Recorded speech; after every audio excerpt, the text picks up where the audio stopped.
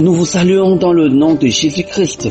En ce début d'année 2020, ce nom précieux, n'est-ce pas, qui nous donne raison d'espérer et de vivre dans la liberté, dans la joie, dans l'espérance.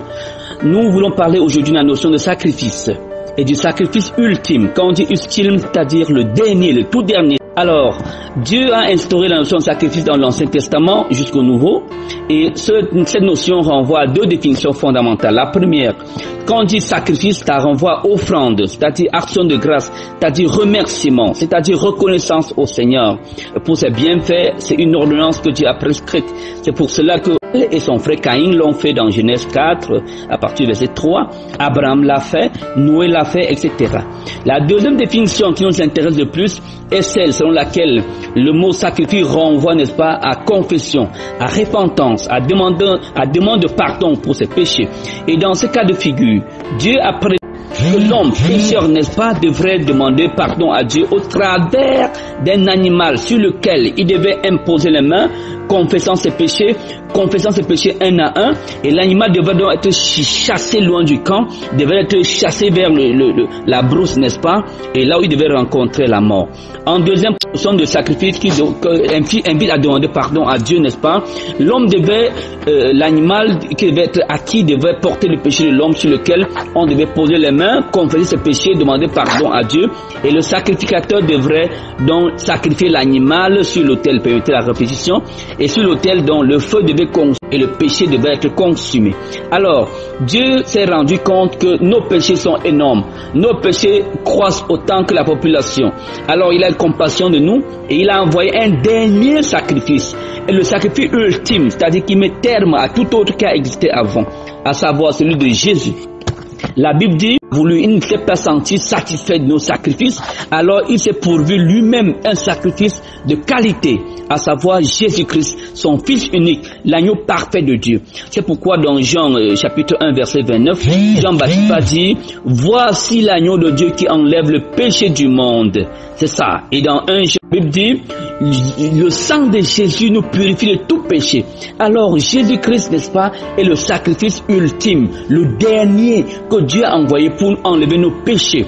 Donc, à partir de là, selon Hébreux 8, de 8 et 10, n'est-ce pas, selon Hébreux 8 et 10, nos sacrifices, les poulets, les porcs et tout ce qu'on peut offrir dans nos villages, n'est-ce pas, en notion de sacrifice, tout ce qu'on peut offrir pour demander pardon aux ancêtres ou à Dieu, à qui que ce soit, ça devient désuet, c'est-à-dire dépassé.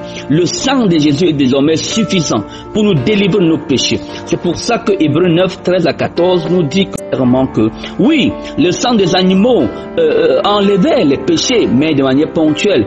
Mais au plus fort encore aujourd'hui, le sang de Jésus purifie nos péchés pour toujours. Le sang de Jésus enlève nos péchés, délivre l'homme du péché, délivre, c'est-à-dire enlève le péché pour toujours de l'homme. La seule condition que Dieu nous demande pour que nous soyons bénéficiaires du sang de Jésus, n'est-ce pas, c'est la demande de pardon, c'est la repentance, c'est la nouvelle naissance, c'est demander à Jésus le pardon pour nos péchés, les péchés générationnels, les péchés dont nous sommes coupables aujourd'hui, oui, qui crient contre nous, les alliances tribales, les alliances ancestrales, qui crient contre nous.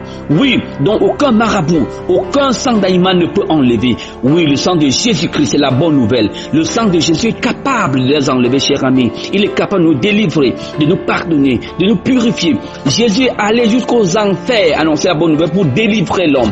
Oui, Jésus est quitté du ciel pour venir sur la terre. Donc toi et moi, nous sommes les premiers. Oui, chers amis, tout ce qui te reste à faire, c'est de dire, Jésus, je viens à toi aujourd'hui. Je viens à toi tel que je suis. Pardonne-moi pour mes péchés. C'est de demander pardon pour tes péchés un à un à Jésus. Et de lui dire, Seigneur, s'il te plaît, que ton sang me lave. Oui, ton sang est capable de me purifier, de me délivrer, de me renouveler. Oui, pardonne-moi, Seigneur. Quand tu le diras de tout ton cœur, la Bible dit, tu seras pardonné, tu seras purifié, car le sang de Jésus est suffisant, celui que Dieu a agréé pour toujours, pour la délivrance de quiconque croit.